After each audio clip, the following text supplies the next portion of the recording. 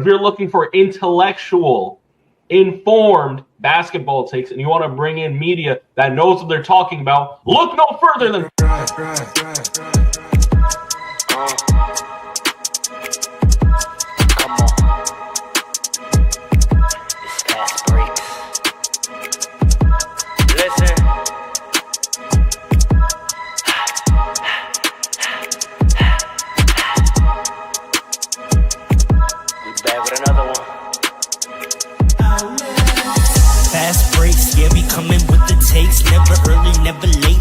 always push the pace, yeah. And we really study tape, y'all just view the highlights, man, we really watching games, yeah. You just watch from the stands, we run 3-man weeks, Paul, Trey, and Allen, yeah. Way more than a fan, we got love for the game, we don't have to pretend. Got it out the mud like you get it off the glass. I'm the run the fast break, throw me the outlet. Yeah, we got it out the mud like you get it off the glass. Time to run the fast break, throw me the outlet. We on the break, it's fast break. We on the break, it's fast break. Let's go.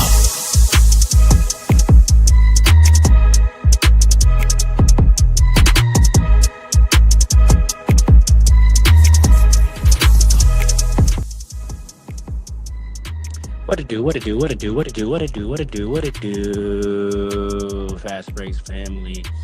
Listen, I need y'all to know I really love y'all because I am podding from places that no man should ever pod from. But I know I gotta bring y'all this content because it's NBA Finals time, ladies and gentlemen and ladies. You know what it is. Thank you for joining us on another audio adventure on this fine Sunday afternoon. I am Rhoda, hostess with the mostest, and you know this. Flatbush.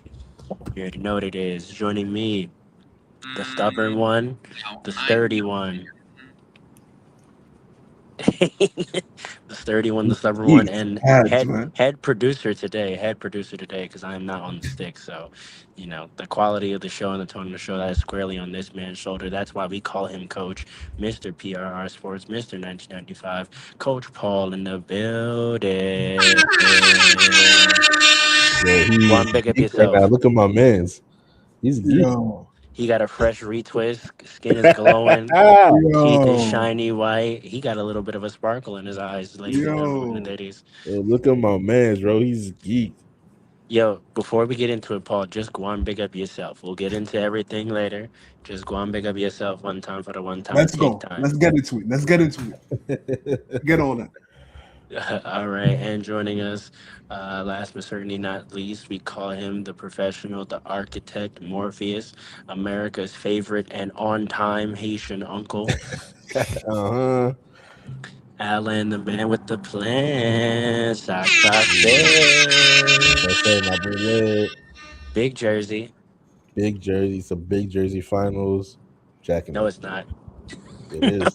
It is. No, it is not. I mean, I guess it is. New Brunswick. New Brunswick. We heard it. Yeah. All right. Let's go. Oh, facts. V-Hart. That's a fact. All right. Before we let Paul off the leash, the fans, you deserve a breakdown of that wonderful exhibition of basketball that was played last night. Game 7, and it's no secret if you're in the NBA world and have looked at your phone in the last 24 hours that the San Antonio Spurs have dethroned the defending champ Oklahoma City Thunder to win the Western Conference and proceed to the NBA Finals, where they will face none other than the New York Knickerbockers. Fellas, I want your early reactions to just how good of a game that was, and the fact that we were treated to a 7-game thriller in the conference finals, since the East has been not that exciting this year. You said what? In terms of matchups, like the Eastern Conference playoffs have been not that exciting in terms of matchups. Oh, really? No, listen, this is not a shot. I'm saying y'all have wrapped up business so easily. You didn't even hide it. I love it. No. Listen to what I'm saying. I'm giving you credit. You've packed up the East so handily that, like, I understand it's exciting for you. I'm talking about fans of basketball, there haven't been a bunch of thrillers or close games to watch in the Eastern Conference playoffs because Don't y'all need have it. taken care of your business. Don't need it. Juxtaposed to that, we got a 7-game heavyweight boxing match in the conference finals, and I just want y'all reactions to, game sevens in conference finals are rare and they're special occasions, and I want y'all to react to this one with two young teams, two young superstars still in the early starts of their career, get an early sort of game 7 matchup that will definitely be, a part of their careers, each of them that we'll look back on, and it's a part of their resume. And what were y'all reactions to it? Paul, what was your second reaction to it? Because I know what your first one was. What was your second reaction to it?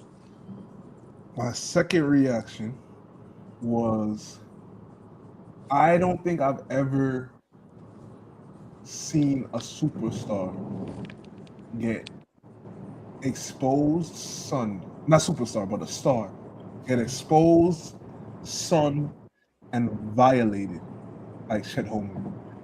Is he a star? That's my immediate follow-up question. Because we've been throwing around star He was. on his name, and I get it. There's a chip that he won, and he made his first All-Star game this year. But do we actually think Chet Holmgren is a star? He didn't play like one, but he is. At least was. What evidence do we have that he's a star? He was an integral part to them winning the chip. Was he a star in those finals? Was he a star in that playoff run? He was. I mean, listen. Usually, the second best player is somewhat of a star, and I'm gonna give that to him. I think. This is the thing about this year. J-Dub's absence has people thinking that Chet is the second best player on this team. I feel like people have conveniently forgot that he is not. I think he's the second best player on the team. I'm not best, sorry. Second most important player on the team. That's completely different, though. Not that I want to cape for Shea, but while Chet rightfully deserves the smoke, I don't think it's cap or unreasonable to say that Shea had to make this playoff run largely without his second best player in his road dog. People want to gas Chet up as a player that made them still good enough, and he is a star. That's why I'm like, I don't think Chet is a star. I think you see Chet get put in this role to be the second best player on the team, and you see what he produces. So if anything, I think more than this was an indictment on Chet, I think this was further justification of the payday that J-Dub got, because I clearly he actually is the second best player on this team. So you think his absence was a huge reason why they lost? I think it shows. Nah. I disagree. Yeah, I don't know. It's tough to say. I feel like reasons why they lost, but I think to say that the Thunder lost this series and their second best player didn't play. Like, I think those two statements. I feel like it was justifiable to call him the second best player at certain times. I feel like more so last playoffs, he came out as second best player for a lot of those playoffs. But it's interchangeable between them. I think that's fair to say. Like, sometimes they go back and forth on who's the second best player on that team. Especially because Chet's defense is a really big driving force in their whole thing. But I'm not mad if you think he's not a star after this series. Can't be mad at that. I think if anything, he's either we can't call him a star, maybe we gotta look at it differently, or maybe he's just in jeopardy. It's gonna be a big storyline for me personally to watch how he bounces back from this, because this was a crazy way to go out for him. You know what? You know why I think he's a star? Because I literally think he played the worst team that he could individually play in the playoffs. I think next year he's going to come back. He's going to ball out. People are going to talk. The whole storyline is going to be, Chet's comeback season. Look at how well he's playing and blah, blah, blah. And he might do the same thing again against the same team next year in the playoffs whenever they meet. And then I think that's valid. Okay, keep going. I think it's just he got sunned so badly that it's like, And there's no hiding him. Because when you put Caruso on him, what was I saying? It should be Chet. When it was Hartenstein, I was saying it should be Chet. And then when you put Chet on him, it's like he should be better than this, but he just isn't. And there's no substitute for him. Jalen Williams did a good job. I would say that Jalen Williams, the light-skinned one, did a good job. But honestly, here's why I feel the way I do. Here's why I feel the way I do. Because in a game 7, right, and that like they were going band for band, right, for the last 4 minutes, right? But in that last 2.5 minutes, when Shea is absolutely gassed, right? And you need someone else to just get a bucket or two to give Shea enough of a break of possessions that he can maybe hit the dagger. There was no one on the floor that could do it. And in fact, Daigneault took Chet out the game. Yeah. And in that moment, it hit me. And hold on, in that moment, it hit me. I was like, and you know what I always say about the role of a second best player on a team. Paul, you and I disagreed about this a lot, but like that their role on a team is that exact moment. That exact moment is the role of a second best player on a team. It is a close game. I've played 40 minutes. We need someone to be able to go get their own bucket a couple of times to give me just a minute to 2 minutes of a break from carrying the offense so that maybe I can finish. And the person who does that on this team did not play in that game. And that's why I'm like, yeah, no, he's the second best player on the team. Because if you go back to last year and their run, that is what he did. You can say all you want about their play style and how important Chet's defense is, how important his paint presence is on offense. That's cool. When it got thick, because they were in a 7-game series in the finals last year, when it got thick and you needed someone else on that roster to go get their own bucket, they did not give the ball to Chet. They gave the ball to J-Dub. And Casey Wallace. Casey Wallace can make shots, and he did that, right? Like everyone else did their job, right? Yeah. And what I came away from realizing it was, in fact, everyone did do their job. People were just looking to Chet to do something that isn't actually his job. The person whose job it is was on the bench in street clothes. But see, I still disagree with that. I think, like, yes, that would have helped them a good amount, but what would have helped them even more was Chet being able to actually impose some type of like blockage, like actually be a factor on defense. No, you don't got to stop Wemby. You got to be able to make it difficult. You know, that didn't matter. Wemby was on a mission. He was gonna do what he was gonna do. Nah, I'm not trying to. Right, bro. No one's been able to do it. I know you think you have someone that's gonna be able to do it, and that remains to be seen. But no one has been in this run. Chet is supposed to. That's Chet's job more than any. His job is not to score and get a bucket. That's an additional job. You know how I agree, and we're agreeing here. And what I'm saying is, you think that him having more success in doing that would have led to the win. I don't think so, because Harper was getting a bucket whenever he wanted. Fox was getting a bucket whenever he wanted. Castle was getting a bucket whenever he wanted. So Chet being 10 to 25% more effective defensively on Wemby doesn't solve the fact that the Spurs were scoring and the Thunder were not. I vehemently disagree, because let's remember J-Dub is an all NBA player. Yeah. We can't forget that. Yeah, I get that. We can't forget that. I understand that. But I'm just like, we got to understand as well, those other guys getting their own shots still had a lot to do with Wemby. Because the defense was holding around. Now, you said what? So is Chet now, though. NBA player. Yeah, true. Yeah, but he wasn't before the season. You feel what I'm saying? Like, if J-Dub had played most of this year, he would have been a 2-time All-NBA player. And actually, if you think about it, that might have been J-Dub's spot. Like, if J-Dub played the whole year, does Chet make an All-NBA team? Probably not. I don't know. Probably not, because J-Dub makes it.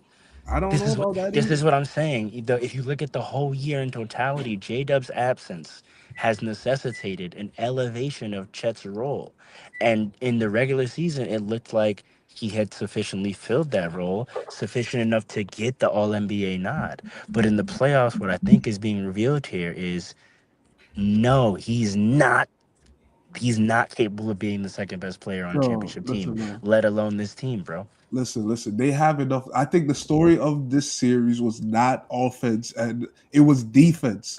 I Chet mean, Holmgren- wait, let's talk about that. Hold Let's talk on, Farrell. Hold on, Farrell. Because Hold on, Farrell. Dub is a Hold part on, of that too. Farrell. Dub is an Hold All on, NBA let me defender finish. too, though. Let me finish.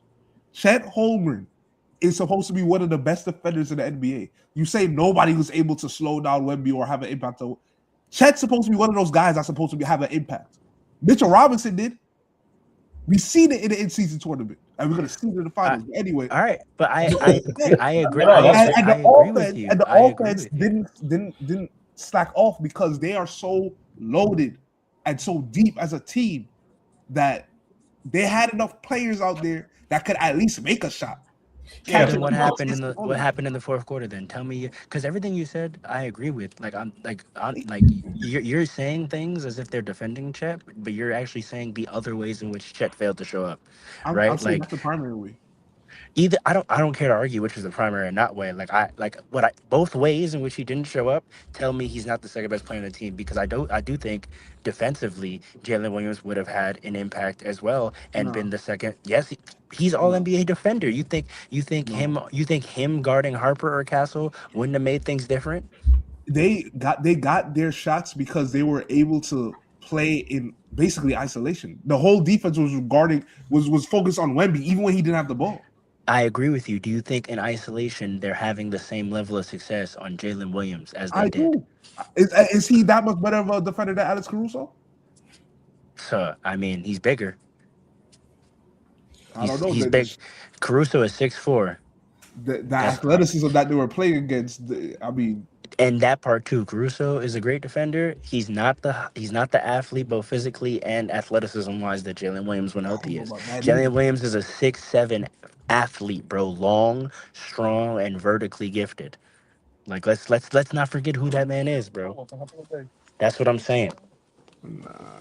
I don't see him. I don't think he's the third best defender on this team. He's not known as a.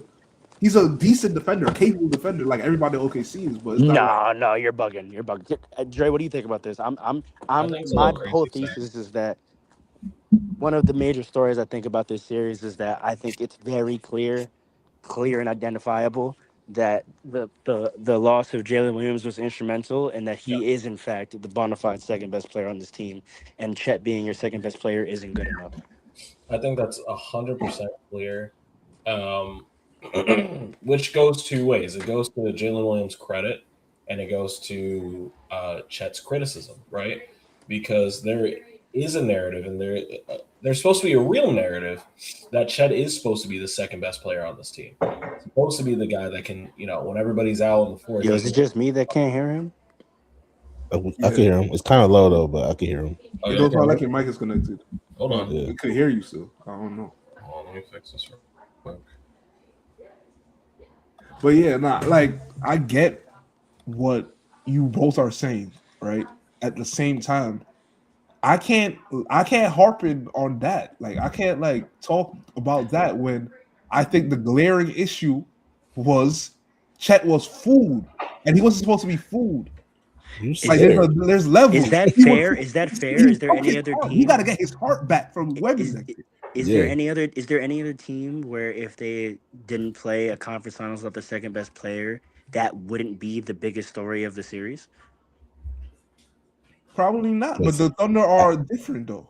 We know this. what was that question? What was that question? I'm asking. here's the thing. Him saying he can't Hold harp on, wait, on, one second. him saying he can't harp on Dub being there. I'm saying, is that fair? Because any other team in the conference finals, if they were without their second best player, would that not be the biggest story of that series? Like they didn't have their second best player. Yeah, I think Like if you in a didn't way, have OG in the finals and lost, Yeah. would that not be OG's not the our second biggest best player. takeaway or take for the series? Is that the Knicks were playing without OG Anunoby or Cat? If it was Cat, yeah, because Will we Cat. be talking about whether Mikal Bridges had the impact he was supposed to have? Like, no, like they didn't have Cat. Yes, we would. Yes, we would. You're not tapped in. Mikal Bridges got heat this year, unfairly too. A lot of heat. He Some did of get it a was lot fair. of heat this Some of year. it was fair. I mean, Well, fair. to- I'm just to me, saying. Nah, but I get it. To me, to the answer to that question, like it's hard to say if it's not fair because one OKC was still good enough to beat San Antonio, despite J-Dub not being there. They're still good enough to do it. They could win 7 games. I feel like if players, specifically Chet, if they did a little better, if they showed up how they were supposed to, they could have beaten San Antonio. So it's not like, so I can't put it on that. You know what I mean? Yeah, like when you I watch, feel like it's different. Like from a narrative perspective, you're right, but when you watch the game, nah. Yeah, it's different. no, but it was watching Game 7 that actually, like, I wasn't thinking about that because they were in games and it was going to a Game 7. But when I'm telling you that last moment of Game 7, when I'm looking at this team and I'm like, okay, all the things that the Thunder need to be able to win this game. Because listen, Chet has played like that the whole series and they still got to a Game 7, right? So like his play like that was not fatal to them not being able to beat the Spurs. It's not like he had great games in the games they won. That's what I'm saying. Like they were winning without him the whole Wait, series. what? He didn't have fantastic games the games they won. Who, Wemby? Chet. Oh, So I'm saying it's not like they didn't need Chet to figure it out to win, right? But in the end, when the process I was talking about where they didn't have someone else to get a bucket, the series outlasted what they were able to do, and that made me reflect on the whole series. And then I realized, see, you're saying the Thunder were going to beat the Spurs. At the end of it, I actually have the complete opposite take. I'm now thinking like, nah, realistically, without Jalen Williams, I actually don't think this team was supposed to beat the Spurs. And I actually think it only went 7 because of the Spurs youth. Back to what Paul was saying back in Game 3. If the Spurs had played the way they're supposed to play and that's not where I'm going. played sillily because of their youth, they would have wrapped this up quicker. I agree. Like, Yeah. so I'm not jacking true. that the Thunder were good enough and they just didn't get a gun in Game 7. I'm saying they actually only got strung along to Game 7 because there were nights where the Spurs just didn't show up and play how they should. But whenever the Spurs played how they should and how they could, there was nothing the Thunder could do. And Jalen that Williams to is me is different. like, that is where they missed Jalen Williams. Like No. they actually didn't have enough to compete with this Spurs team without him. And they just willed their way to a 7th game off of the fact that there were games where the Spurs didn't play through Wemby to dominance. There was games where the Spurs didn't have Harper feeling right. They started the series without De'Aaron Fox even playing, right? Like fully healthy and playing the way they should play and playing their game. That's what I saw in Game 7 is, oh, this team actually can't fuck with the Spurs whatsoever. Like whatsoever. But Jalen Williams was not when the Spurs played the way that they should to beat the Thunder. There's nothing Jalen Williams could do to help them at all. That's not true. There's That's nothing they could do because when they played, let me tell you something. I'm looking at. I knew this was gonna come up, right? Game 1, and I said this is going back to the conversation we had last episode. Game 1, right? Wemby goes off. He has 41 Absolutely points, nuclear. 25 shots, 25 shot attempts. That's 5 more than the second highest field goal percentage. Field goal attempts, right? The next game, Wemby, they lose, right? Wemby takes this. He doesn't even take the most shots on the team. He doesn't take the most shots on the team. They lose. Who does? De'Aaron Fox? No, who was it? Stephon Castle, I believe. Yeah, Stephon Castle, right? And then Vassell was like right behind Wemby too. It was like Wemby took 16 shots, Vassell took 14. All right. Game 3, the Thunder win again, right? Right. Wemby takes 15 shots. De'Aaron Fox takes 14 shots. The shot distribution is still pretty much even, right? Okay. Go to the next game. The Spurs win, right? Wemby, he takes 22 shots. The second highest amount of shots, 13. Right? Wemby has 33 points. Listen, I can keep going, but I'm not going to drag it out. When this man gets the ball and just decides, I'm going to eat, I don't care. I'm going out there and I'm taking food. They can't beat them, and Jalen Williams not helping that. Jalen Williams is only helping with the offense, and the offense still looked pretty good most of the series. That's what I'm saying. Like Jalen Williams, I understand, like from a Nader perspective, yes, but they are so deep that they had enough to cover for Jalen Williams offensively. Defensively is where they struggle, and Chet, that is directly on Chet. There's nothing anybody else could do about that. If Chet don't play well, if Chet don't actually put up some type of resistance to Wemby, don't stop him. You can't stop him, but put up some resistance, then they are not winning a chip again, like ever. As long as Wemby plays basketball. Yo, Alan, can you sum up what he just said? Because I actually heard none of that. You didn't hear anything? I heard nothing, but I can hear you only, but I didn't want to cut him off because he looked like he was getting his back. Crazy. So can you just sum up what he said? Summary is that J-Dub wouldn't have made a difference on the defensive end, which is where they had problems against Wemby. Right, Paul? Yeah, and the shot attempts. And the shot attempts. Talk about the shot attempts. Oh yeah, and the shot attempts for Wemby. As long as he was getting the shot attempts, the Spurs was winning. As long as Wemby eats, the Spurs that's what I said. That's what I said. Like the idea that I'm saying that to support my point that like actually no, I think the missing of the second best player actually did make them significantly worse than the Spurs. To Paul's point, no difference between J-Dub there and not. And I might agree with him. On that we don't know. I think we don't know. I think looking at next year, if these two were here's the thing: again, if AJ Mitchell is still in, it's like if they have a healthy Jalen Williams. If AJ Mitchell is still healthy, what do you think? I also don't hear you, but if y'all hear him, then go ahead. That's crazy. That's insane. If AJ Mitchell is also healthy, Paul's correct. But losing both your second best player and your best bench player is too much to overcome. And we don't talk about it enough. I don't know if Farrell heard any of that. No, he did. Oh, okay, good. Yeah, I mean, but all that goes to the biggest point, which is the same thing to revisit an old conversation. This is something similar to the problem with Jalen Duren. Chet is not where he needs to be.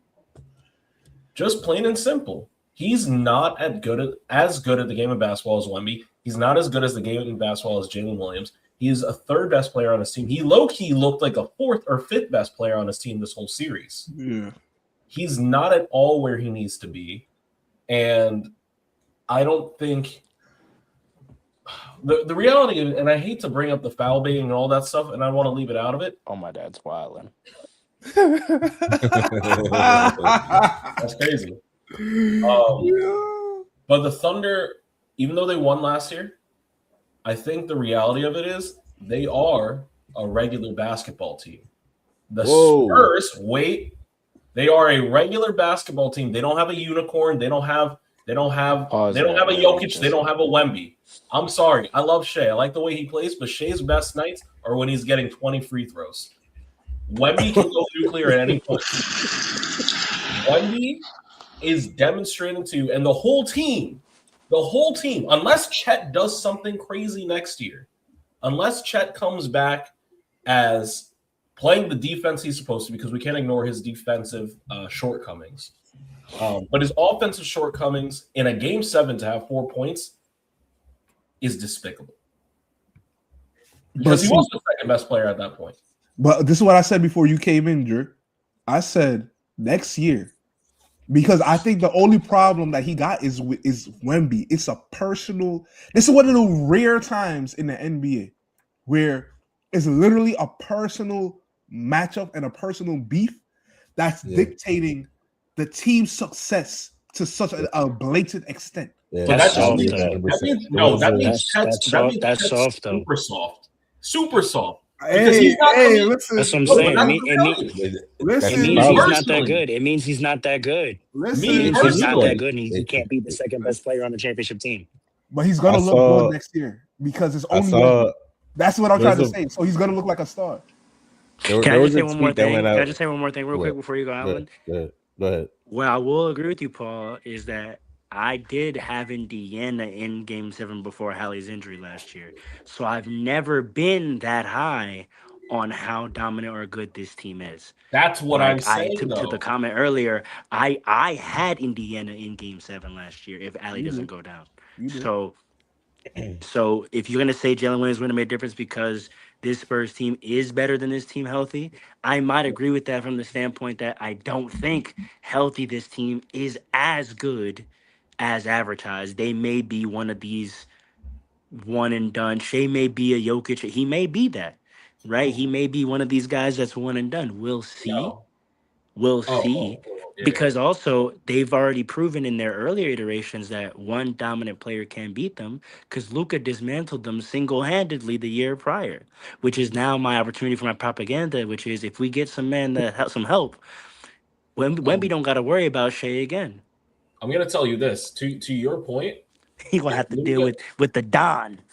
If Luka had Chet on his team, Tuh. you know, but then it's gonna fall apart because Chet, yes, this is correct. You don't even get what that means. I don't care. I understand it. I understand the reference.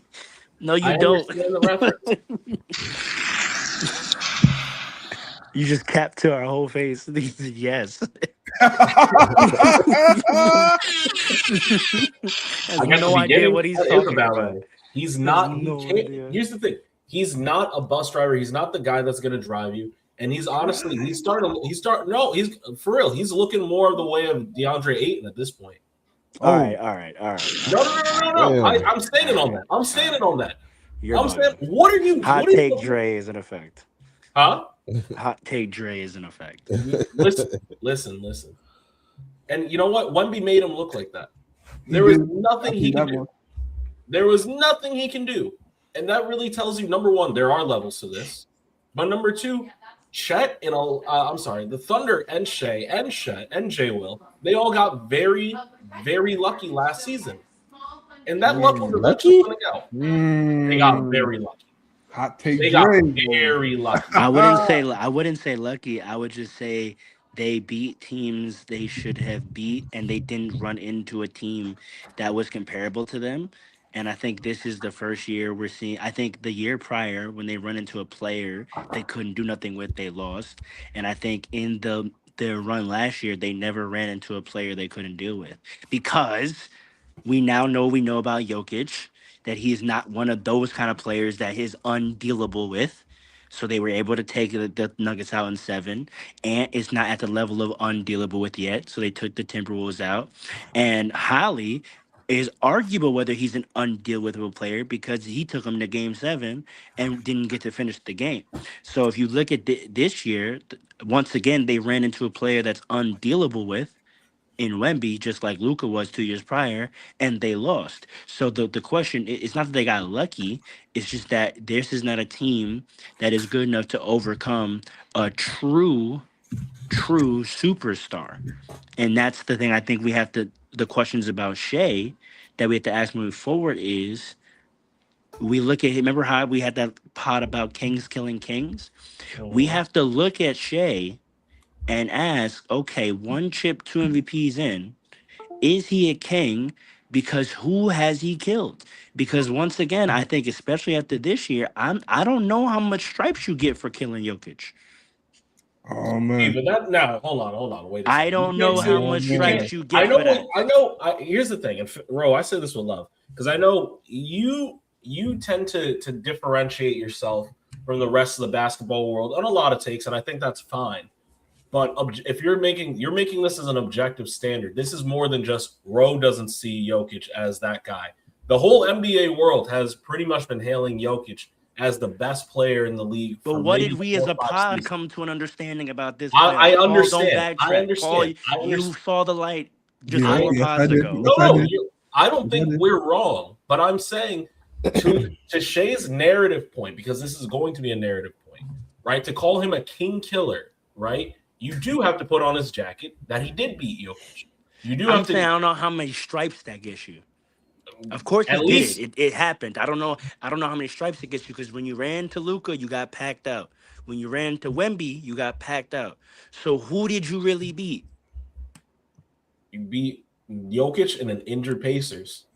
That's what I'm saying. And I agree And- with the take. I agree with the take. And I that's agree what with I'm the saying. take. He's not. Listen, I said it earlier this season. Wemby's the best player in the league. I'm saying it now. The Still window. playing. No, Wemby's the best player in the league. I don't care if Still anybody playing. agrees with me or disagrees with me. I don't care. I truly don't care. Wemby's the best player in the league. Jalen Brunson. But All right. The Don. Jalen Brunson. Don? He got to accomplish what Jalen Brunson did. This is the problem. He's This is the problem. done more You than can't make a statement. he's already He's done gone more to than the what finals, Jalen Paul. Yeah, what is this man? And Jalen Brunson is about to show you how to get it done when you get there. We get it a check. Okay, so talk to the Don after that. Talk to the It's Don after that. happening. But until then, you can't talk to the Don. Here's the thing. Give me 2 weeks. And this is Give me 10 what's minutes. going to happen. And this is the thing. And this is also going to be my great point. Because if Wemby is the best player in the world, when Jalen Brunson does beat him, it's only going to be that much sweeter. It's going to be that much sweeter for Let's us. just move over. If no one has any more final thoughts about this series, where the Thunder go from here, the breakdown. I'll tell you exactly. Hold on. I'll tell you where they go from there. They're not going to have to change that much. Their solution. They can't. Their solution is they can't trade Chet.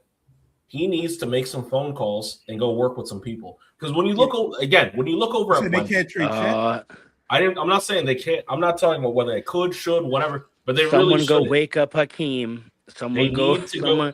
Someone go tap Hakeem's shoulder. me They tell you need you something. again. Have y'all looked at the Spurs like assistant? They coaches? need you again. Have y'all looked at the Spurs? They have brought in anybody they could to make sure Wemby is the best player. They got Rashard Lewis on their coaching staff. That's a fact. What the hell is he doing here? I'm weak. I Yo, saw that and I'm like, Let's, you know let's- what's let's crazy? Because the transition, though. cameraman knew Go the to job. Miami. It was after he pulled that half court shot. They immediately panned to Rashard Lewis, and I'm like, oh, that's why he's here. Right. That's why All right. they are doing everything, and a lot of teams are not doing the development of their young stars like the Spurs have been All for right. generations, and continue to do. Alan, do you have any final thoughts? Decades. I'm sorry, decades. Alan, do you have any final Final thoughts on thought- Game 7? Yeah, like I'm gonna say this. I feel like the Thunder could have won that series. I think we could break it down another time, but I think there's a lot of things that they didn't do that they should have done to put themselves in a better position. Number one, like when Wemby was out the game, I don't think they played like true Thunder basketball and took advantage of that moment. No, Because Wemby has gotten to that point now. Fact. When he's out the game, you got to win those minutes, right? when he was out the game, was Shea out? No. No, But Shea Shea was in, cooked. and yeah, Shea cooked. yeah. You got to give it to him. He cooked. Yeah, Shea cooked. Game 7, I have no notes on Shea. No, Shea did The rest of the series, Shea was not great, but Game 7, Shea was amazing. I have no notes on Shea. Not Game 7, surprising. that was like he was making tough shots. He was doing his thing. It was one of the best individual games that I've seen. Casey Wallace Like in the played playoffs. well. Jalen Williams, the other one, played Yeah. well. Yeah, They they just They got had outplayed. country. That's what I'm saying. Like they had country. They got Sounds like they outplayed. need. One man. Sounds like they needed another All NBA player on their team. They do. No, they needed a defender. It didn't have to But, be All-NBA. They needed a big man to An play all like a defensive big man. player. That's what Chet's supposed to be. Let Alan land, and let's move All on right. because I gotta go. Yeah, Yeah, same. but other than that, like, Man, just I tired. wanted to say something earlier. I saw a semi-viral tweet that said that, like, I understand Chet may just want to hoop, but he needs to participate in whatever this Wemby got against him. Fact. He gotta do that. Get in the gym. Think about that all season. That when you became a meme with the mad white face, where your Yeah. face turned Son, red. the reddest red. Remember that. Oh my Remember that? God. Wait, what He you was call that that? What for you the call whole that? all Alan? season. The what? Huh? What you call that The face? red face where his white face turned red. You said the mad white. The mad. The mad, no, he's right. The mad Now, white. if you have white The friends, mad white you face. know You know what that it is. is the mad white you face. see, yeah, They you get see red. that face before. They get red. They get red Oh, and a little bit of man. tears in their eyes. Like Yeah, oh, Billy's yeah. mad. Billy's Yeah, mad is crazy. 100%. But it's true. 100%. So he needs to take that next season, and because his career, by no stretch of imagination, is his career on the line, but his stardom is on the line. Whether we consider him a star or not is really going to be determined He's not a star. That's really a fact. by how he plays the Spurs from I'm the gonna be rest of honest. his career. He's not a That's a star. fact. He's not Yeah. shown us anything to. I'm telling you, Jalen Williams gifted him an All NBA spot. I'm standing on that. It's correct. It's correct. He's not a star. He's not in that caliber yet. All right. Wait. Paul, Let you me got say to- this. Let me say this. No, let me say this quick Okay. about that too. I saw somebody say that. Oh, he just commented it. He just commented it. I saw somebody say. Cap. might He look- ain't going over there. He ain't going over there. Oh, you He sure ain't about going that? over there. You know who's He ain't gonna going go over there I'm realistically? not though? so sure about that. You know who's I know gonna where he's go. gonna go. You know who's going over there realistically? He wants a big market. He done verbally out his mouth said he wants Europeans. He's in the going to big Miami. markets. That's not really a surprise. Oh, No, he's not. No, he's not. He's not. That's No, he's nobody not. going to Miami, man. He might Nobody's go going to Miami. No one's going to Miami, bro. He might go to Miami. Where do you think he's going to go? I have him going to Golden State before he goes to Miami. That's He's not a- going to Golden State. Yeah. Okay. We'll see. I think no, but you got to think about it from the Bucks' perspective too. The front office. If you could get Chet, right, despite how he looks in the Western Conference Finals, if you could get a young player, get some You're other pieces or draft, If you don't think they're You getting an are All NBA, recruiting if you don't think without- they're getting a veteran All NBA player back, you're bugging. they're not going to get I that. don't, To be I honest, don't they're think going to have. They're gonna a have young to- star and some draft pieces. They might go for that. Yeah, You think we Chet, start you think getting Chet, you think now, Chet, you think Chet's trade value is high after that series? Are you out of your I mind? think It might know be high what? enough for them. You know I why? think- Realistically, if they if target, it happens at the trade deadline, it's going to get higher because you know he's who going they to play better. realistically. They're gonna trade him for picks, brother. Stop thinking about a player. They're gonna No. trade him for picks. I mean, yeah, there's a good chance there is, but if there's another player that we're not considering whose value actually dropped recently, if they do make a pick or if they do make a trade, they should highly consider, if healthy, Anthony Davis. Oh my gosh, He's trying to be wrong out with of you, bro? Washington. What's He's wrong trying to with be you, out. bro? he just got there. He's Yo, trying get to be outta out. here, bro. You're bugging. Nah, man. I saw an article I'm the not other trading day. Giannis. I'm not trading Giannis to pair Anthony Davis with Miles Turner. You don't make any sense. No. Please I'm not talking stop. Please I'm not stop, talking- bro. Please I'm not stop, talking. bro. I'm not talking about the Bucks. I'm saying if the Thunder are looking to move Chet, if that's a consideration, Oh, Oh, now that yeah. That's what I'm Okay. that's a problem. If I don't think they're doing that though. if Shea gets his Hey, hands on Anthony Davis, that's a hey. That'd be really good, I'm- but I don't think they trust his health like that. But I'm that's mad you I like said That's that. a good- I'm mad you said that. Take that back out the universe right now. 'Cause I'm I don't trying think to, it I'm trying happens. to, I I'm don't trying to think it get that happens. man to come home. I don't think it happens. I don't think it happens. I'm trying to get that man to come home. listen. Chet, No Because way. if you, No way. brother, you're afraid of that. You don't want to see that. I'm not afraid. I'm just saying I don't think it's going to happen unless he gets bought I out. don't want to see But he's- Luka get his hands on Anthony Davis. I'm gonna be No, honest. you don't. You don't want to see I that. don't want to see that at all. Everything if he gets Anthony Davis, even Click, for half the click, season, Luka's click. about to average 35 and 35. I'm Click. just gonna be so All right, look, I have to go. So, Paul, I need you to carry on the producer tone of this podcast. Do the ISO, put the banner up, and do what the fans are here to see you do. You can do you and Dre. Put the banner up. I'm not leaving until I see the banner up. I can't leave the fans without knowing that I vicariously produced the way that it needs to be done. Was it deleted? This is funny. Was it deleted? Scroll all the way down. Scroll all the way down. It's all the way at the bottom. Yeah, I had it. That's crazy. While we That's looking for hilarious. that, yeah, that's hilarious. While we looking for All that, right, y'all. I'm gonna say this is the reason why I lost a lot of respect for the Thunder. But that could be a different. topic. Let me just peace out to the fans. Mhm. Light it up. Deuces, y'all. Show me the banner, Paul. Say less. Say less. Oh, God, he's typing a new one. I know what it's going to say, too. Nah. I got you. Listen, I got you because it's a warranted one. It's warranted. It's warranted. It's Fans yelling. warranted. Okay, wait, Oh, hold on. man. Fans yelling for this. I cannot be present for this. Have a good one. I wonder why. Peace. I'm gonna talk about you too. So I warn you. Listen, what we are seeing is historic from the New York Knicks. It's absolutely historic. Now, listen, man. How this Oh. happen? How this happen? Listen, I want to see y'all faces soon, man. Listen, I waited my whole life for this. You don't understand. I literally, I don't. We had it once. what We was had it going once. on. We had it once in our lifetime. Listen. I was watching Blues Clues and Barney and all of that. I wasn't watching the Knicks at that time. Sorry. All right. I knew who the players were because I've been hearing. And you know what? I wish Farrell didn't leave because I'm gonna talk about him. You're gonna see this in the clips, but I'm gonna talk. Listen.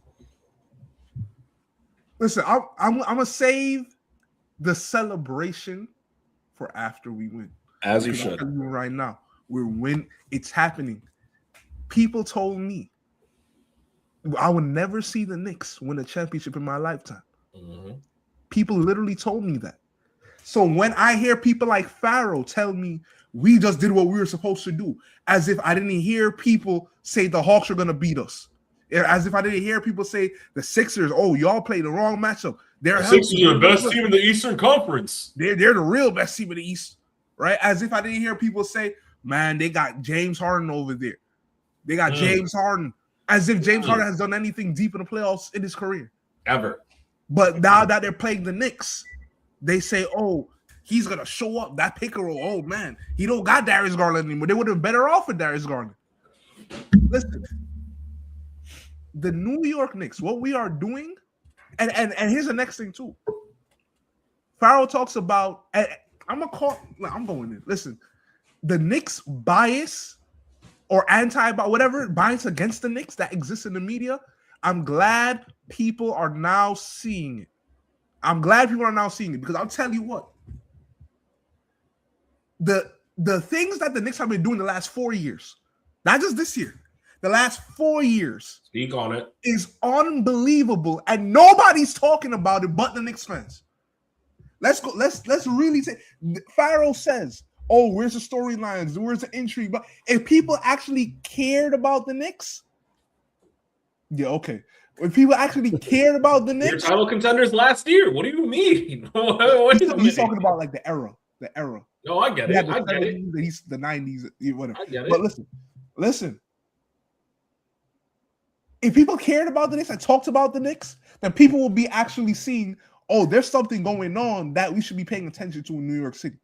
Instead of people on NBA, or inside NBA being like, oh yeah, like they're doing a good job, blah, blah, blah, but they're gonna lose. Instead of having that attitude. Because think about this, right? We get Tom Thibodeau, right? We got Julius Randle and Marcus Morris. They do whatever they did, and we didn't even make the bubble, right? And Mike Beasley. Don't forget about Mike Beasley. And Mike Beasley, I think that was the year before. I'm not going all the way back there. I'm talking about the beginning of this moment. Beginning of the year. Okay. No. I got you. I'm with you. Tom Thibodeau, right? Well, it starts to get a Julius Randle the year before, right? He didn't play that well, really. It was Marcus Morris to see who traded him. But then the next year we get Tom Thibodeau, right? We're not expected to do anything. We end up playing well, looking like a respectable team, and nobody expected us to. Julius Randle to this day hasn't played as well as he did in his first that second year with our first year with Tibbs. I think he was top 5 in MVP votes that year, honestly. Because he deserved it.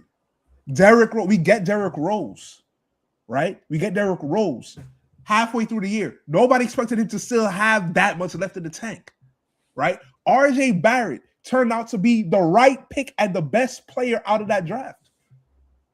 Because Zion Williamson, we missed out on him. We missed out on him, but it was a blessing because Ja has had his off the court issues and he had his injuries right after he come back from suspension, right? And then Zion can't stay healthy. This year was his healthiest year. He wasn't even healthy a lot of points within the year, right? Just focus on the wrong things. Right. We go to the playoff, Julius chokes. I don't like that. Right? The next year, we try again. It doesn't work out, right? Then we get Jalen Brunson. Everything changes. Jalen Brunson was a second-round pick. He wasn't considered to be a star-level player coming out of college and on the Mavericks. Which is crazy because how you watch what he did at Villanova? Sorry to interject. I'm just saying. Go ahead, man. How you watch what he did at Nova and be like, oh, this guy came as a champion. Because he knows how to win. What are we talking about? Because nobody really cares about championships in college when it comes to the NBA. Let's really talk about it. But here's the It's a fact. thing. They should. When you win on a team that has that kind of culture, right? And you learn how to win young, which is what happens to a lot of guys. They don't know how to win. They're not around that kind of resume. They're not around that kind of winning culture. They get into the NBA and it takes them 10, 15, whatever years, if they get there. When you get a guy that's like, I understand how to get it done, all you got to do is give him the opportunity. Which is why Kevin Durant hasn't done anything in this league yet. Keep going. Listen, Kevin Durant hasn't done anything in the league. Without Steph Curry, what's he done? He's an MVP. He's an all-time NBA player. in the All-time playoffs, great. he's talking We're about I'm winning talking about the chips. playoffs. He's talking about winning chips. Guys, I'm we talking can't. about tips, playoffs. All right, I'm not going to interrupt y'all. But we That was have a habit of- hyperbolic. That was hyperbolic. I'm not gonna hold you, but I know what he's That's saying. fact. And you know what he's saying too. But that was hyperbolic. Listen, A little bit. and get your mans. Go hit this man up. What has Jalen Brunson, like Jalen Brunson, my man? What has Jalen Brunson done that Kevin Durant hasn't done this league? Let a team to the finals. Let a team to the NBA finals. He went to the finals. No. He went to the finals. That's actually the difference. Thank you so much. Russell Westbrook led a team to the finals. And Kevin Durant just happened to be the best team on it. The best player on it. Jalen Brunson. Continue, was Paul. both Continue. the best I'm not going to player- step on your moment. Nah. Jalen Brunson has actually led a team. I've never watched Kevin Durant lead anything except the league and Ashley needs. That's it. That's all he does. And scoring. And scoring. You're right. Listen. I'm sorry. But get your mans. Hit him up in the DM and tell him this is not a good look for Nets fans. Now,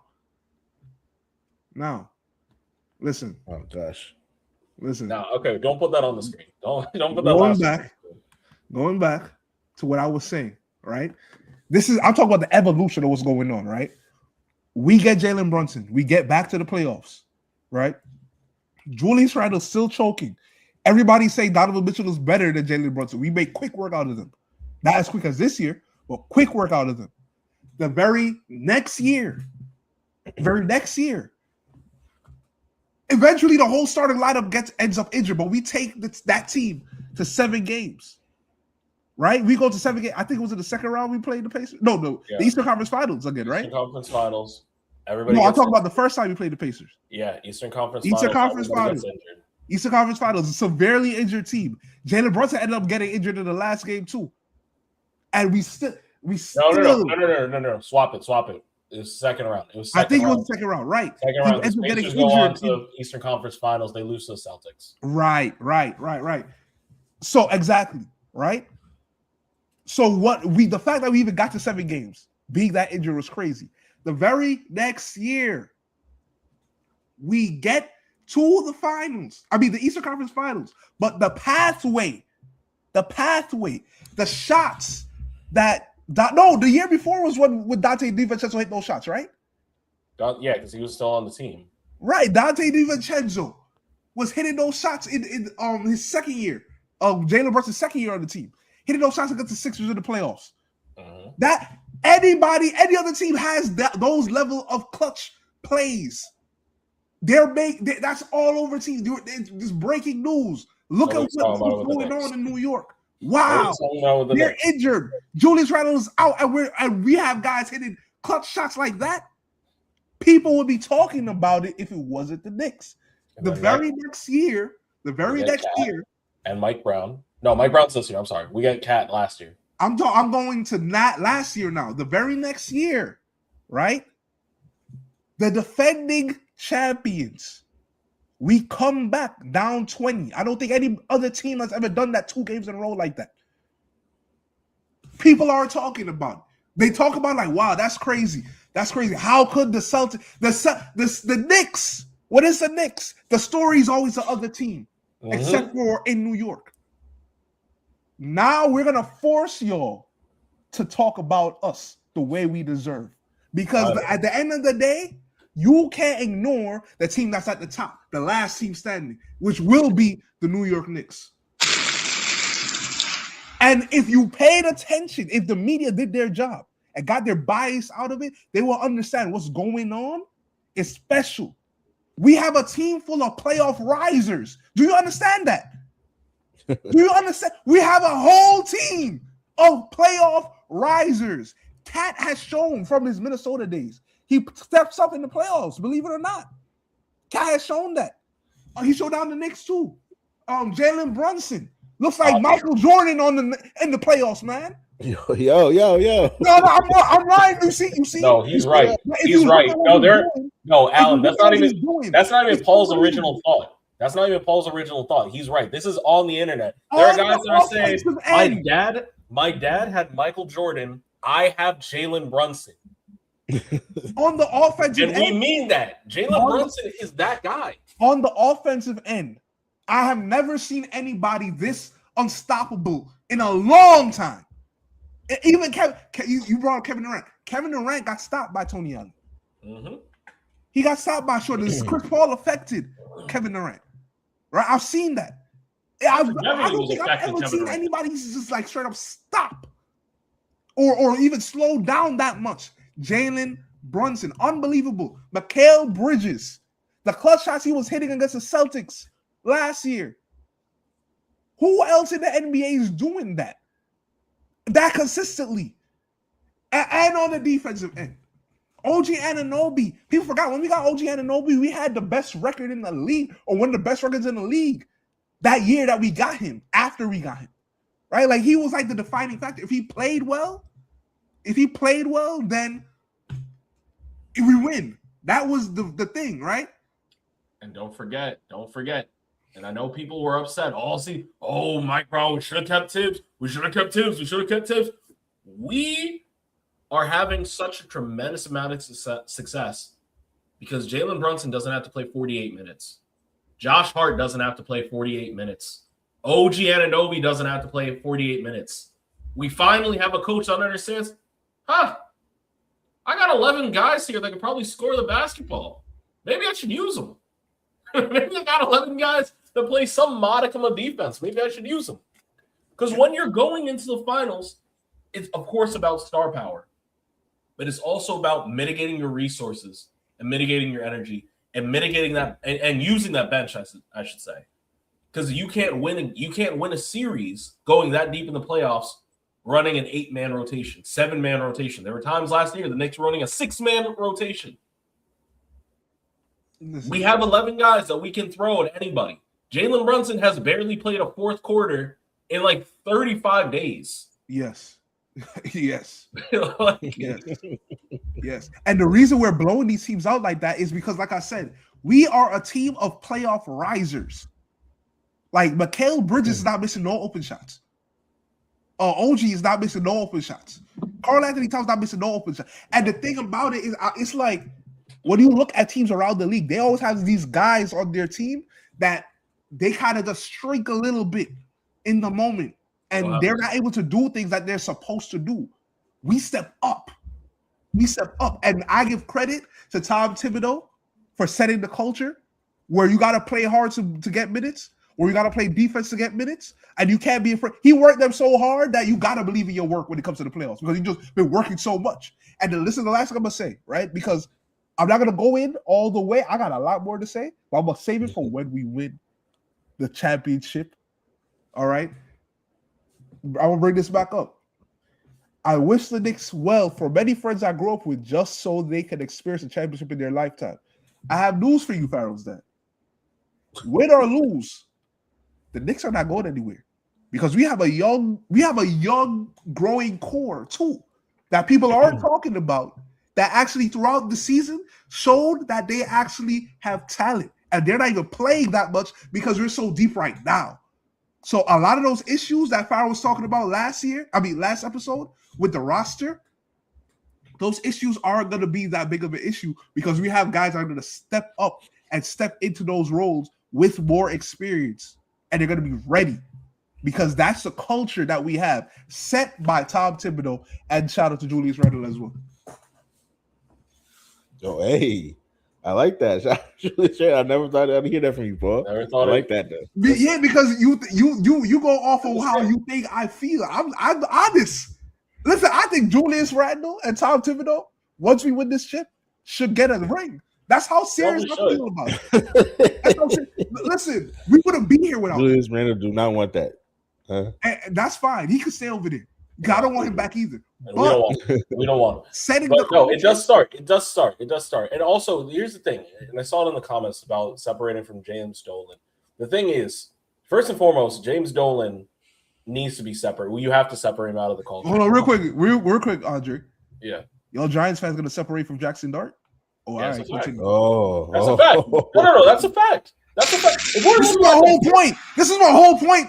Even when you are going at me, Andre, this is my whole point. Like, all these guys, like all these rich white people, have their political affiliations that you might not agree with. So you're gonna stop supporting sport? You can do that if you want to, but if you're not gonna go all the way, then leave the Knicks alone. The only difference is, and this is where I got to it, whereas it became problematic for the Knicks where we could not get players. That year we had all that money. Nobody wanted to play with us. And that was hurting the team. But now we have overcome that. This is how good Jalen Brunson is. Y'all are not understanding. Y'all aren't understanding. He's that good.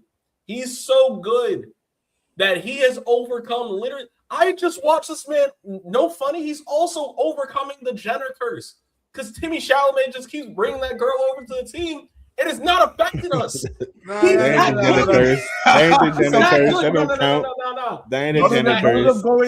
He's going out with her. Nobody on the team is going out with her. Yeah, it has to be someone. You don't even have to bring her up, man. That's not the curse. I don't want her in my building. I don't want her in my building. If I'm being I don't want her in the building.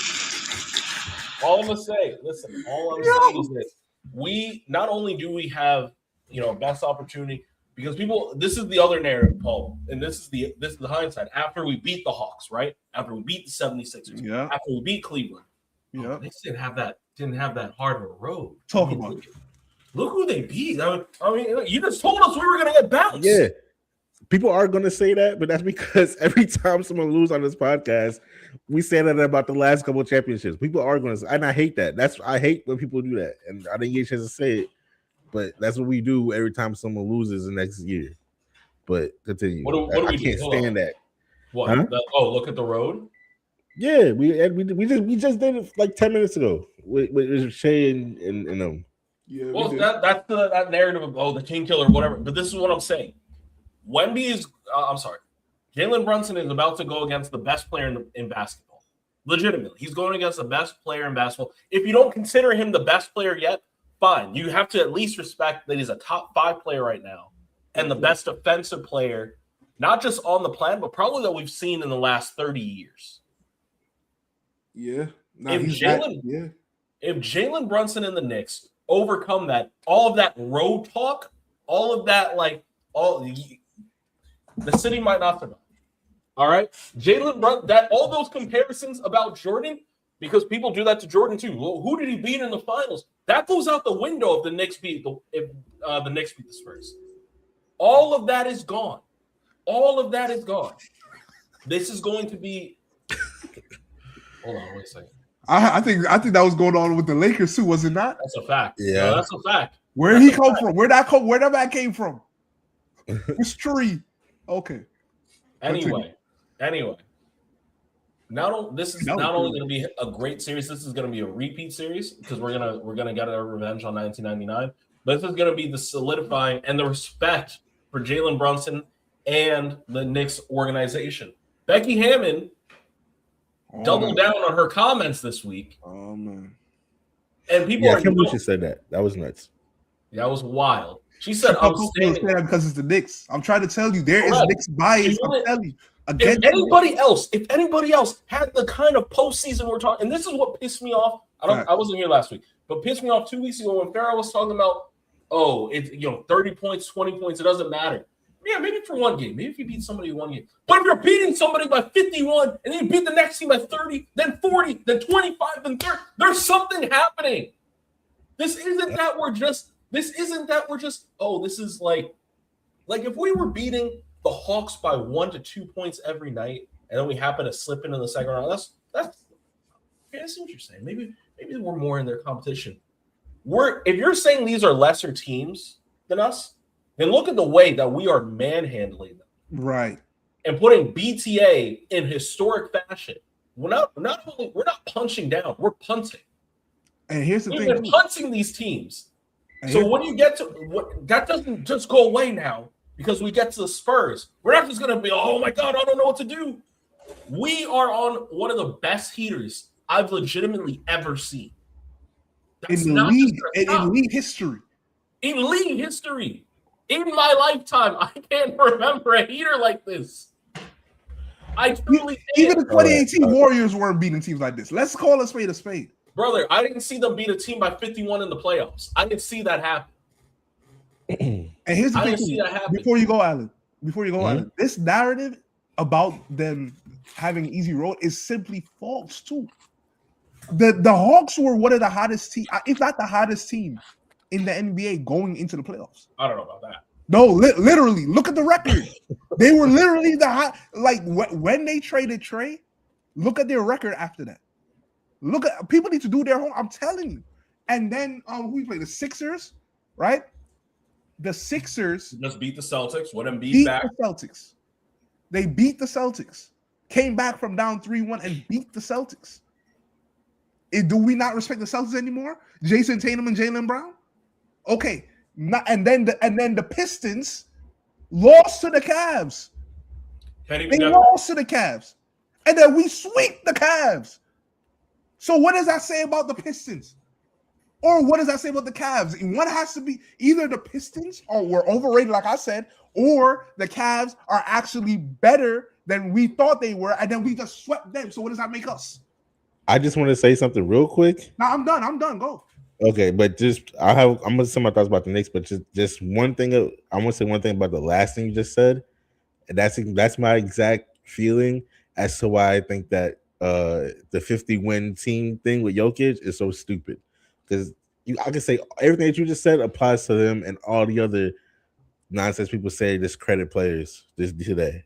That's the exact thing you can say. That's why I think it's so stupid. But anyway, I'm not going to get into that. That's fair. You gotta wait for Farrah to come back to address that one. I think it's so stupid. But anyway, my thoughts on the Knicks. One, I want to reiterate like what Pharaoh's dad said about like just growing up with people. One, like I live in New Jersey. There's mad Knicks fans in New Jersey. Probably the reason why the Nets left in the first place. I probably didn't get enough support. But there's mad Knicks fans in New Jersey, right?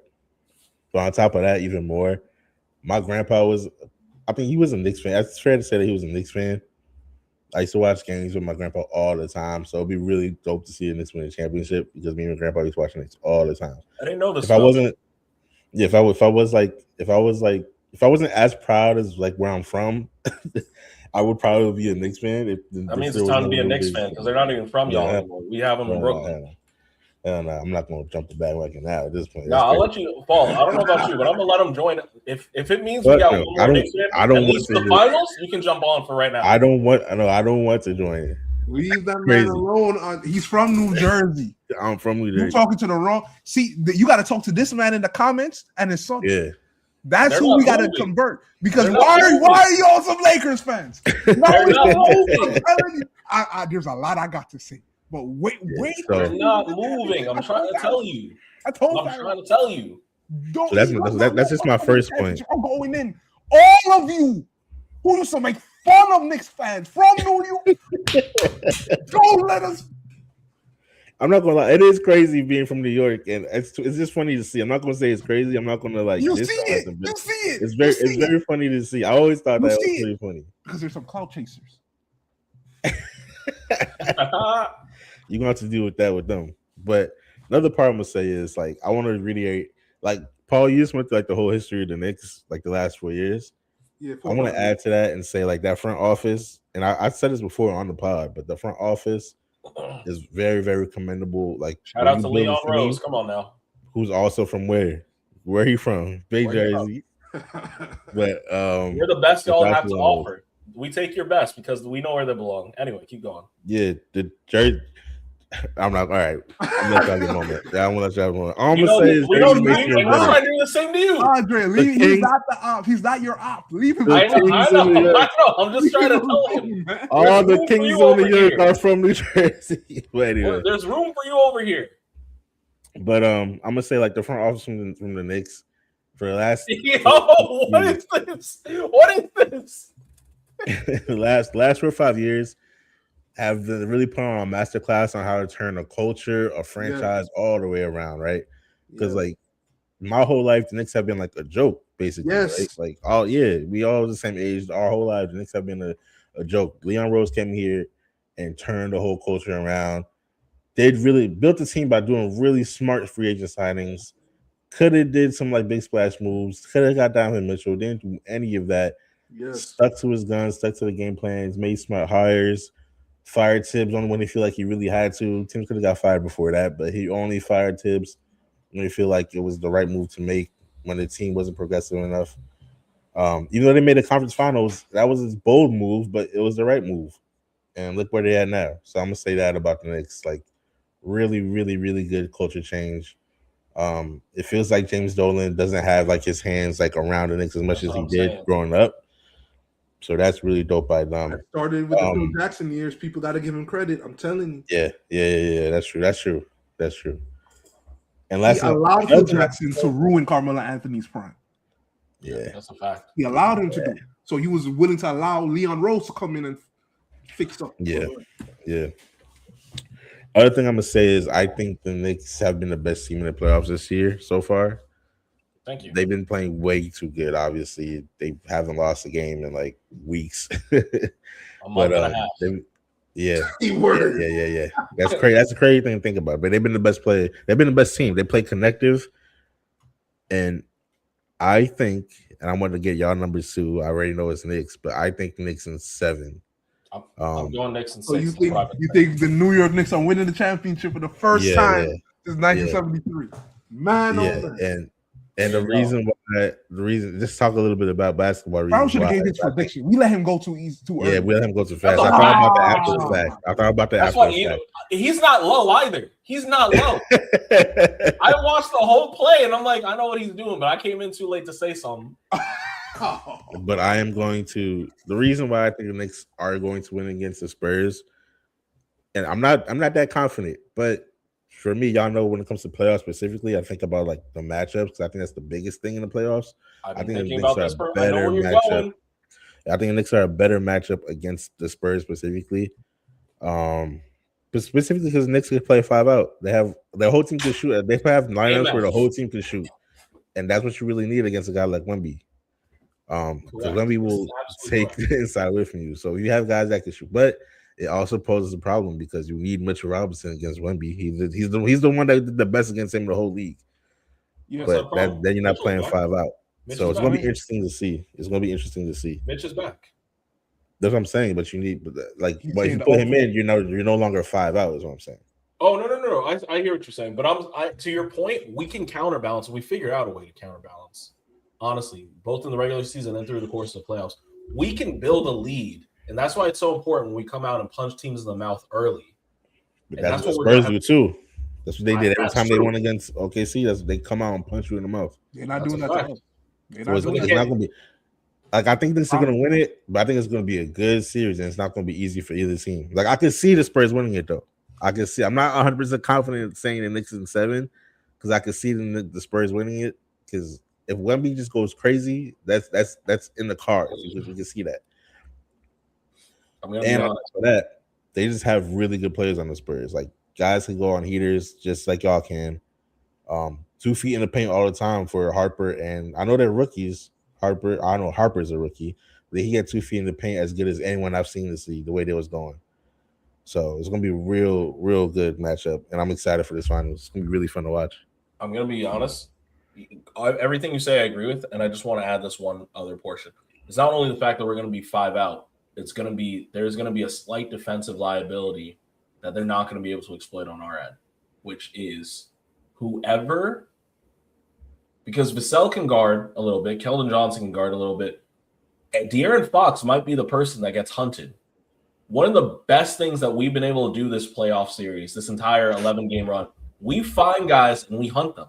We've been doing it, and we continue to do it. And De'Aaron Fox, I don't know if he's going to survive the Jalen Brunson OG blitz. I'm just going to be straight up. That's too many buckets to give up. That's not – and also, this is what's going to take away from the matchup problem with being 5 out. And we've seen them get hot. We've seen the Spurs, and what I mean hot, I mean we've seen them get a little irritated. Their entire discipline of why they're so defensive and so good is because when you do happen to blow past them, if they do happen to leave their feet, you got to go fight Wemby at the rim, and not a lot of guys are doing that. If Wemby is out of the paint, right, I don't know that these young guys are going to be able to keep their composure defensively because Jalen Brunson's, you're going to have to guard 25 shots a game. I don't know that we're seeing guys on the Spurs that can do that consistently. And he's not foul baiting. He's not throwing himself to the floor. He's giving you footwork, mini buckets that you're going to have to find a way to stop. I don't know you can do that 25 possessions. I don't think you can do it 4 times for 25 possessions. I mean, can I just respond to one thing he said, Paul, and I'll let you go? Yeah. Like, I see your point about like the hunting, right? But I think the Spurs team is too good to rely on that. I think if you do that for like 2 games, because I saw it happen in this series against the Thunder. They did it. They got hunted. Shea was trying to hunt, but at a certain point, it clicked for San Antonio, and their rotations just got tighter. That at a certain point, they just knew when to rotate. So I feel like if y'all try to hunt one specific player, they're just gonna know how to rotate after a while. But the Knicks are good enough that's not gonna be the only game plan. The Knicks are good enough to have like a multi-dimensional offense, so it's not gonna be a problem. But I just wanted like to say that like I think the Spurs could overcome the matchup hunting. And also, last thing, because I just thought about this, we gave Jalen Brunson a lot of smoke, or someone on this podcast gave Jalen a lot of smoke for not being a 20-10 guy. And I saw Shea be a 20-10 guy one time. Jalen Brunson has been a 20-10 guy multiple games this offseason. If hunting stops working, Close to 10, yeah. Fair, give him credit for that. To be fair, if hunting stops working, I've seen when the hunting stopped working, Jalen Brunson went off and got 14 assists. I watched him do it with my own eyes. And then when they said, never mind, come back, I then saw him give someone 38 points. I don't know that the Spurs are going to be able to contain him. This is why when Paul said Jalen Brunson is the best player in the league, that's not a crazy statement. I'm going to be honest. That's not a crazy statement. People are going to disagree, but I don't know how you look at this objectively. Like, I don't know how you look at this postseason objectively and be like, that's completely out of pocket. I've seen too much with my eyes this season. I haven't seen that man lose in 35 days. 42 days. I haven't seen it. Listen. Can the Knicks win the game? There's the comment. Can the Knicks win a game 7 in San Antonio? They're not getting to game 7. Yes. 6. But listen, yes, but it won't matter. We're sweeping them. Sweep? come on, y'all. Oh, you can't tell me. No, you can't tell me that's hyperbole based on what we've seen. It's not hyperbole. You can't say this is not crazy. Nothing is crazy Knicks fan talk anymore. That's a thing of the past. Bro, it's a thing of the past. As good as the Spurs are, the Spurs are a really good team. Listen. Let me explain something to you about the Spurs. The Spurs are a good team, and they're very young, and they showed their youth. Farrell's talking about the youth of Wemby, right?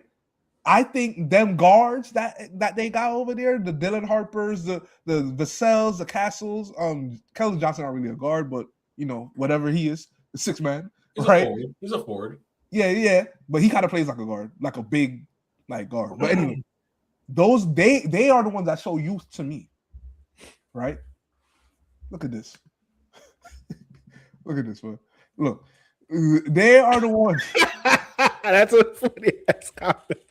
Look at this, man. Listen. Yo, that's such a New York comment. I love that. Listen. You only get that comment if you in New York. Yeah. If you from here, that's right. But listen, all I'm saying, right, is this. Those guards are going to have to play the games of their lives, and they have to play smart.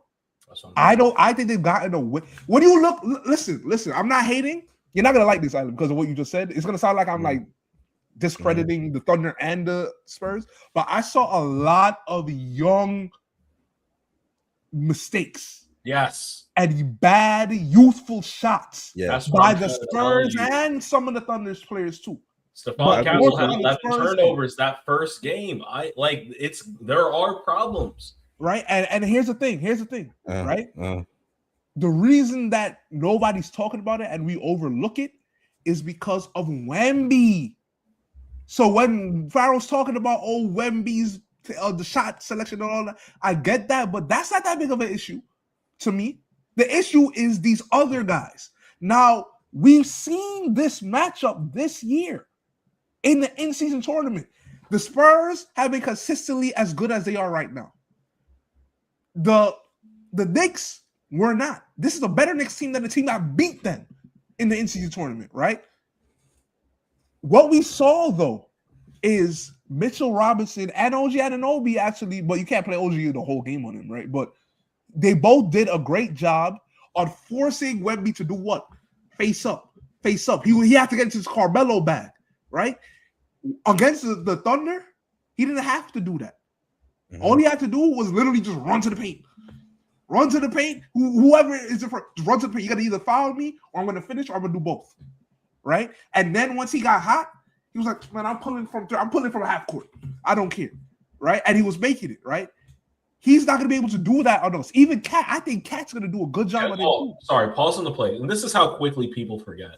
OG Anunoby is a champion. Mikal Bridges has been to the finals. What are we talking? People just go and say anything about the Knicks, and the media will just let it stick because it's the Knicks. What are we talking about? They have no He's experience. saying This is their first year in the OG's the one. playoffs. This is their first year in the playoffs. And it came out that they're the betting favorites right now. Mikal Bridges. The Spurs? Spurs. Although most people on DraftKings bet on the Knicks. No, half of the bets came to the Knicks, like 51%. But the betting favorites in Vegas is the Spurs. Of course they are. Listen, all I'm saying is this, right? When you can't just focus on Wemby that much because you actually have somebody that can actually put up some type of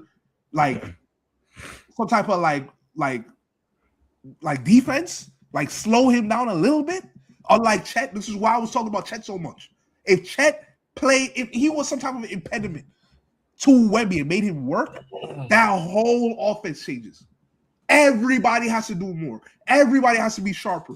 Everybody's looks are now more contested, right? The Knicks do not have to play as we don't have to double team Wemby like that. Not as much. We don't have to play as hard help. You don't have to help as hard and all that. We don't have to do. All we have to do is treat Wemby like a regular superstar, like you would guard Shea, like you would guard Ant. Like that makes a difference as opposed to guarding somebody like he's some type of alien, right? That makes a huge difference. And now those other guys on that team are going to have to play better. Now on the offensive end, they can't hold Jalen Brunson point blank. I have a feeling they're going to switch everything outside of Wemby, outside of like when Wemby's in the play. They're going to switch everything. Harrison Moore going to switch with Vassell. Castle's gonna switch with De'Aaron Fox. Vassell's gonna switch with Castle. Dilla Harper, they're all just gonna switch, right? Them young boys cannot guard Jalen Brunson. It's going to be light work for him. Right? And this is the last point I'm gonna bring up. Good, man. Yeah. The hacker Mitch, right? Well, Mitch hack with 9 fingers in play, right? Whatever. He's not a shooter, right? And he can't shoot free throws with 10 good hands, 10 good fingers. So it don't matter. All he has to do, get the board, block shots, play physical. He has no real finesse game. He can finish layups, but I think is it the left or the right hand that got injured? The pinky. If it's the left, then he's still gonna be able to finish layups with the right hand, right? And catch lobs and dunk, right? So I'm not worried about that. I just need him on the court with healthy legs. All right. I need him with a healthy leg, which is he's healthy outside of the surgically healed pinky. I'm just saying, man. Right hand. Wemby is not going to look like how he looked against the way he looked against the Thunder. It's not going to happen. And it will end up in a sweep. I'm telling you right now, it's going to get ugly. We are celebrating the chip in MSG. It's gonna go crazy. Oh, that's why you want in to. New Okay, York City, that man. makes sense. That makes sense now. Okay, I'm telling you, but this is not crazy Knicks fan talk. Look at what we're seeing. The evidence is there. last thing to say to close it out for me. I hear your point about them looking young, right? I get that, but my only thing against that is because I agree with you. They had a lot of moments where they look young, but I also feel like they had just as many or almost as many where they looked like they was good and they were not too scared of the moment and they just stepped up. Oh, they're That's confident. true. Throughout the whole playoffs. They're confident. Throughout the whole, huh? They're confident. They're very confident. They're not scared of the moment, and I feel like they also, when they're feeling really good, team is rolling, they make the right decisions too. Like there is a lot of times they look like rookies, they look young. The turnovers are really bad when they have the turnovers. Yeah. But boy, when it's time for them to step up and make a shot when they need it, they do it, and they're gonna be a problem for years to come. That team, That's a fact. Yeah, I agree with. The only pushback, and this isn't really even personal. It's low for the Lakers. When you are coming into this finals, right? I think they had a game 5, game 6, and then a game 7. If I'm not mistaken. They played a lot of basketball, a lot of extra games this postseason, and they're coming into this finals now just off the heels of a very tough 7-game series. Them making whatever rookie mistakes they make is going to be going up against the Knicks coming in healthy and fully rejuvenated.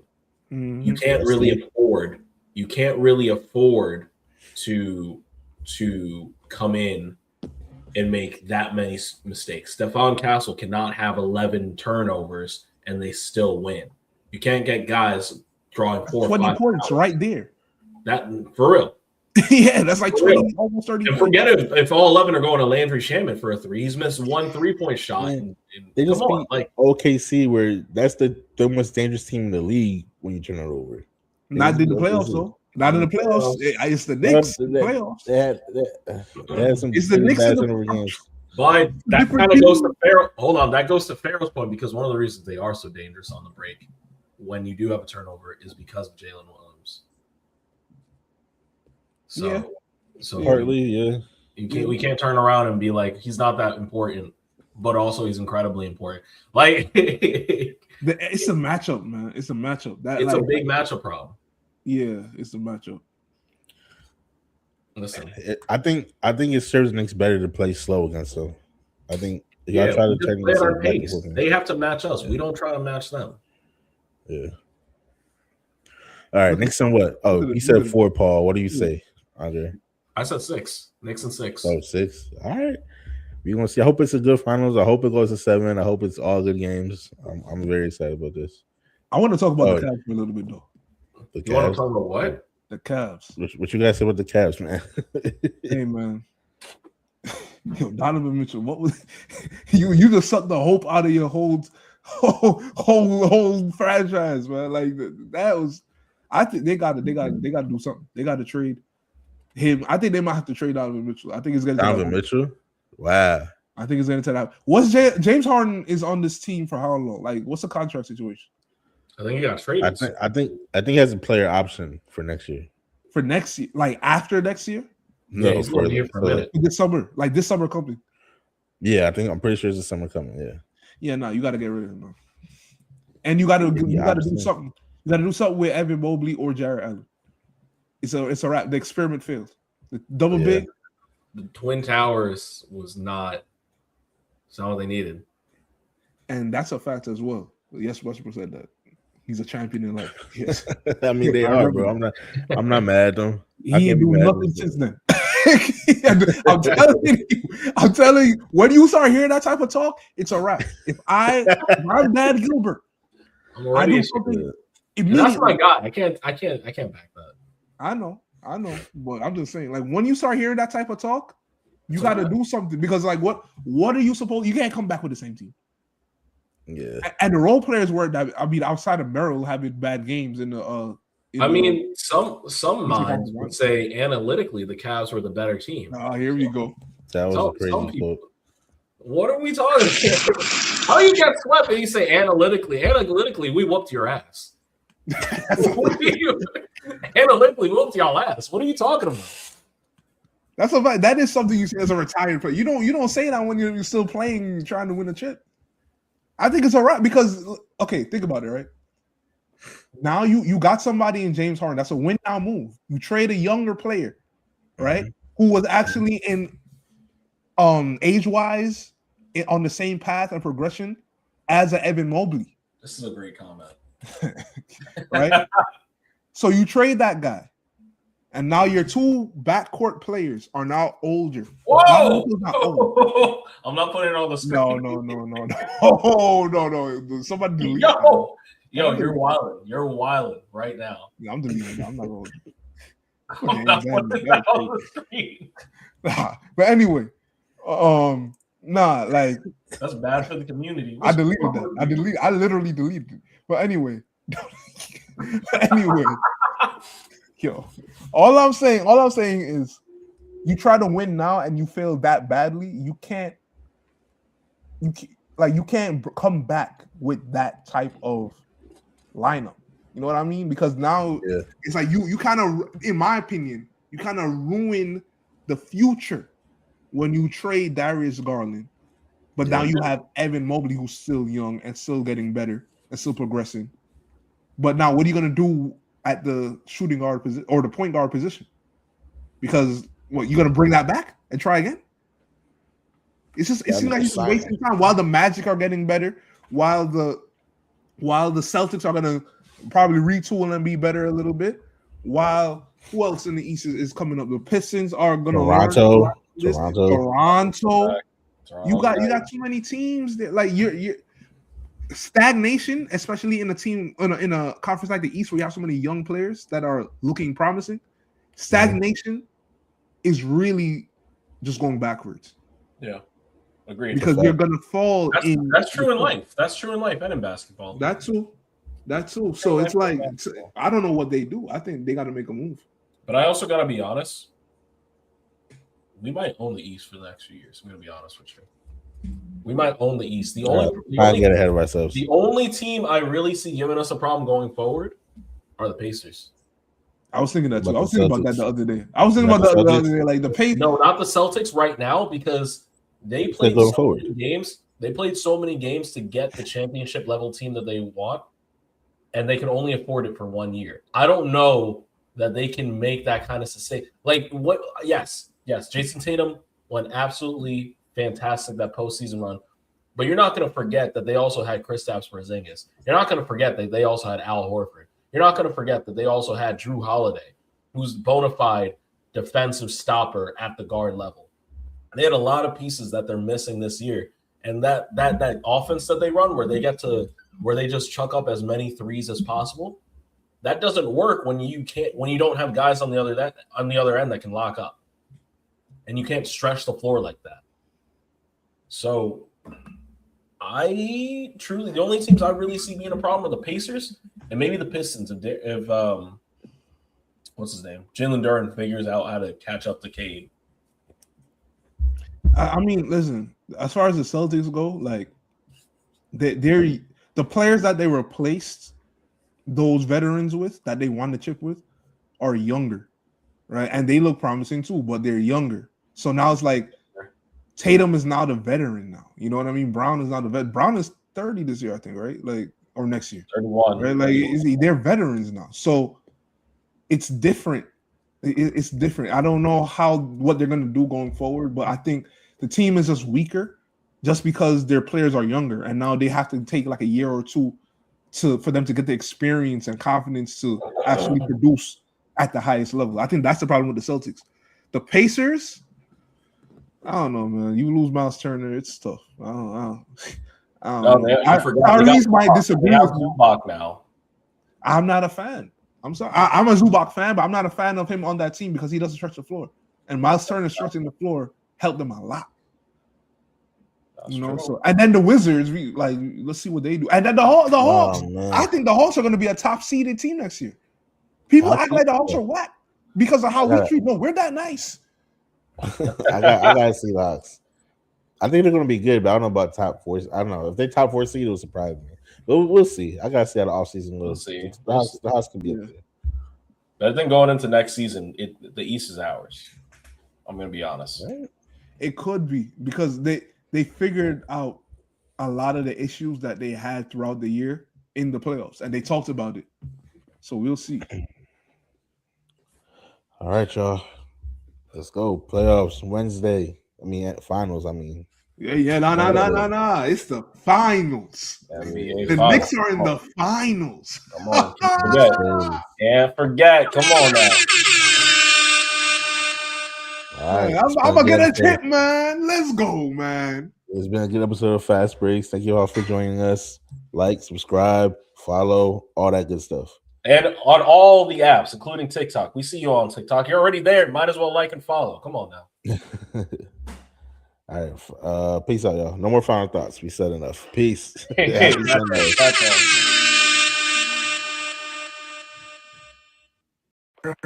right. Come on. It's Fast Breaks. Listen.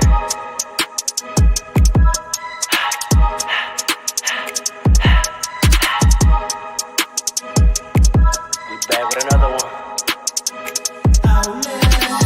Fast breaks, yeah, we coming with the takes. Never early, never late, but we always push the pace, yeah. And we really study tape, y'all just view the highlights. Man, we really watching games, yeah. You just watch from the stands. We run 3-man weeks, Paul, Dre, and Allen, yeah. Way more than a fan. We got love for the game. We don't have to pretend. Got it out the mud like you get it off the glass. I'm the run the fast break. Throw me the outlet. Yeah, we got it out the mud like you get it off the glass. Time to run the fast break. Throw me the